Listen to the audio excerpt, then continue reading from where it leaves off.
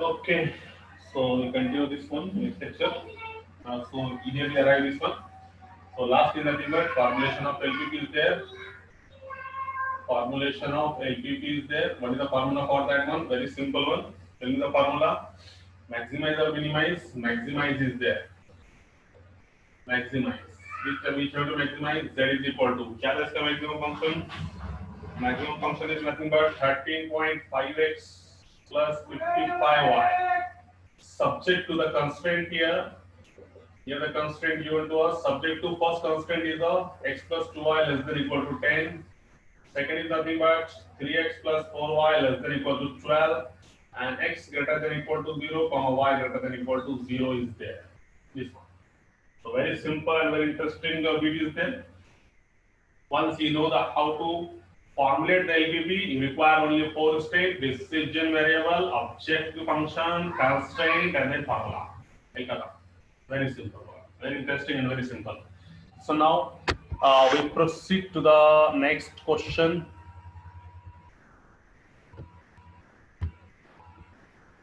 Yes, लवकर join व्हा. बरेच मुलं मध्ये मध्ये डिस्टर्ब करायला. एकच व्हायचं सेकंड लेक्चर आहे. So now we proceed to the next one. So next question is nothing but here. Very simple question is there. Question number. Which one question is there? I think question number 6 is there. Yes, question number 6. So what is question number 6 here?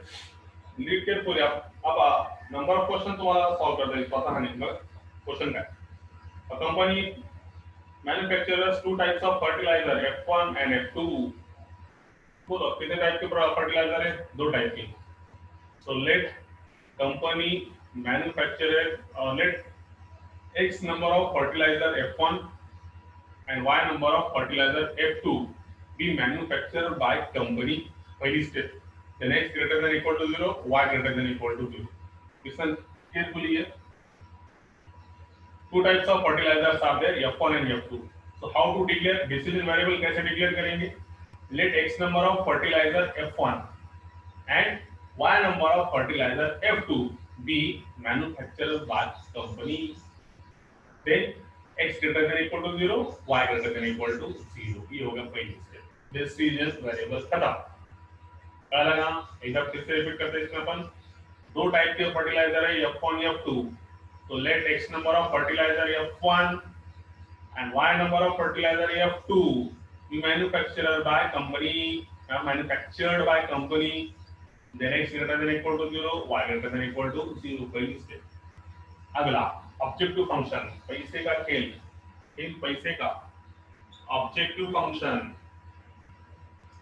सबको मालूम है objective function में क्या करेंगे? Yes, tell me what is objective function? यार सबको मालूम है. जरा क्वेश्चन रीड करो. What is objective function here? Each type of fertilizer कहाँ पे फायदा देखो. By saving 1 unit of F1 and 1 unit of F2, company gets a profit of rupees 500 and 750 respectively. एक fertilizer F1 बेचा, 1 unit of fertilizer F1 के बेचे, वही same. The profit on 1 unit of fertilizer F1 is equal to rupees. कितना बोला उसने? 500, 500. एक के पीछे इतना फायदा. Therefore the profit on 1 is replaced by X unit of fertilizer F1 is equal to rupees 500 years. Same, the profit on 1 unit of fertilizer F2 is equal to rupees 750. इसलिए the profit on Y unit of fertilizer F2 that is equal to rupees 750Y. Let Z be the total profit. एकदम simple. Therefore Z is equal to sum of these two.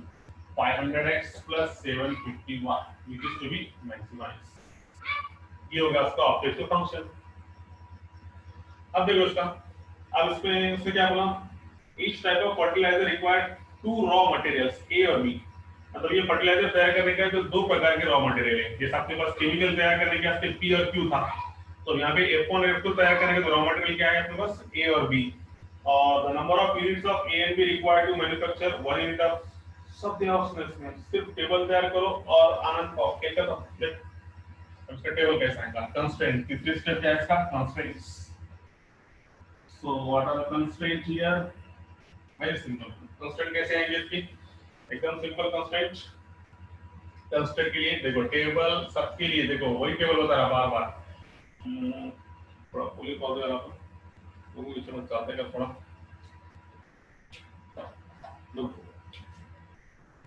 Table सबके लिए common table है देखो सबसे पहला डब्बा याद रखना चाहिए फर्टिलाइजर F1 फर्टिलाइजर F2 और क्या दिया वाला उसमें अवेलेबिलिटी दिस वन ओ ठीक है ये हो गया फर्टिलाइजर F1 इसके वास्ते वेरिएबल x इतना ही बस ये है fertilizer F2 variable y availability कितना अवेलेबल मटेरियल है तो ये यहाँ पे पहले इसमें क्या दिखेगा ये फर्टिलाइजर के टाइप तो ये फर्टिलाइजर ठीक है उसके बाद में next one is nothing but fertilizer के बाद रॉ मटेरियल दिया वाला है कितना रॉ मटेरियल दिया वाला है दो प्रकार के एक पी नहीं यहाँ पे क्या दिया वाला है ए और क्या दिया वाला है बी मुश्किल कर let us write this one A B दिया वाला है तो क्या क्या दिया वाला है देखो so what is the information given to us each type of fertilizer requires two raw materials A and B. The number of units of A and B required to manufacture 1 unit of fertilizer F1 and F2 and availability of the raw material A, B table भी दिया वाला है इसमें सब दिया वाला है फिर क्या किसका वेट कर रहे हैं अपन यहाँ पे सब दिया वाला है ये टेबल तो उसमें दिया वाला है ये तो खेल करना बोलो पहली कंस्ट्रेंट क्या होगी मटेरियल A के लिए कंस्ट्रेंट क्या होगी मटेरियल रॉ मटेरियल A के लिए 2x प्लस 3y और टोटल रॉ मटेरियल ए कितना अवेलेबल है कंपनी के पास 40 दूसरा बोलो बी मटेरियल कितना है 1x प्लस कितना 4y और टोटल रॉ मटेरियल कितना अवेलेबल है कंपनी के पास 70 क्या तुम दो कांस्टेंट है लास्ट में आएगा इसका फार्मूला फॉर्मुलेशन ऑफ एलपीपी में क्या आएंगे बोलो फॉर्मुलेशन ऑफ एलपीपी बोलो क्या आएगा तीन स्टेप पहले क्या maximize z is equal to क्या क्या बना था इसका 500x plus 750y subject to बोलो क्या है constraint subject to constraint trading constraint 2x plus 3y less than equal to 40 x plus less than 30 x greater than equal to 0 y greater than equal to 0 खेल खत्म चार स्टेप बदल दे आपकी जिंदगी this is variable objective function constraint and then formula खेल खत्म क्वेश्चन वेरी सिंपल अभी होगा question number 6 question number 7 you can solve very easily देखो क्वेश्चन नंबर 7 की तरफ जाएंगे अपन 7 का क्वेश्चन क्या होता है देखो आता है इसमें क्लिक करो तुम्हारे को थोड़ी इंफॉर्मेशन तुम बोलेंगे इसमें क्या क्या A doctor has prescribed two different units of food A and food B to form a weekly diet for a sick person दो प्रकार का डाइट बोला कितने प्रकार के फूड देने का 10% म्हणजे आजारी माणसाला दोन प्रकारचे फूड द्यायचा food A and food B declare the variable कैसा let x number of food A and y number of food B is prescribed by doctor to a sick person दो प्रकार के फूड फूड A के लिए अपन क्या बोले x number of food A की जरूरत है और फूड B को y number of food B is required for a diet of sick person prescribed by doctor या फिर prescribed by doctor to a sick person ठीक है ये वो डिसीजन वेरिएबल कैसे सांगितलं बघा कैसे बोले अपन देखो डिसीजन वेरिएबल में दो प्रकार के फूड है फूड A और फूड B तो कैसे बोले अपन let x number of food A and y number of food B is required or be prescribed by doctor for a diet of sick person ये डॉक्टर ने prescribe करा diet of sick person के लिए कितना हमको देना चाहिए then x greater than equal to 0 y greater than equal to 0 अब देखो अगला the minimum requirement question minimise का है तो इसमें कैसा है कम से कम लागत में अपने को पेशेंट को क्या करने का है अच्छा करने का है मिनिमम कॉस्ट अपने को पेशेंट क्या करने का, अच्छे से करने का है। तो देखो अभी क्या है, the minimum requirement of fats, carbohydrates and proteins are respectively 1 unit of food है, ये तो सब उसका रॉ मटेरियल में। अब जाएंगे अपन उसका ऑब्जेक्टिव फंक्शन, पैसे के बारे में, मतलब cost. The price of food A is rupees 4.5 per unit. वही अपनी द प्राइस की जगह पे करेंगे the cost of 1 unit of food A, food A, जैसे कि यहाँ पे the cost of 1 unit of food A is equal to rupees, कितना बोला उसने, रुपीज 4.5। तो समझना है 1 is replaced by x, x के वास्ते कितना मिलेगा 4.5x। सेम बी के वास्ते कितना बोला, फूड बी के वास्ते 3.5 पर यूनिट, तो y के वास्ते 3.5 y। Let's get the total profit, total profit बोलो z इज इक्वल टू कितना, टोटल प्रॉफिट है, टोटल कॉस्ट 4.5x प्लस कितना 3.5y। ये let's get with the total cost. देखो प्रॉफिट देगा तो टोटल प्रॉफिट, और कॉस्ट देगा तो ये कॉस्ट या प्राइस दिया, तो दोनों के मीनिंग क्या है, same. Let's get with the total cost which is to be, let's get with the total cost, यहाँ पे इंपॉर्टेंट है, let's get with the total cost which is to be, यहाँ पे अपने को कॉस्ट बढ़ाने का क्या नहीं, कम से कम खर्चे में अपने को पेशेंट को अच्छा करने का है। तो यहाँ पे let's get with the total cost which is to be ये बढ़ाना चाहिए, let's get with the total cost which is to be minimise, कि हमको ये कॉस्ट कम से कम खर्चे में अपने को पेशेंट को क्या करने का है, अच्छा करने का है। Let's get the total cost which is to be minimized here. It is the objective function. Now come to the constant part of that one. So very simple one. Constant ये रहेंगे.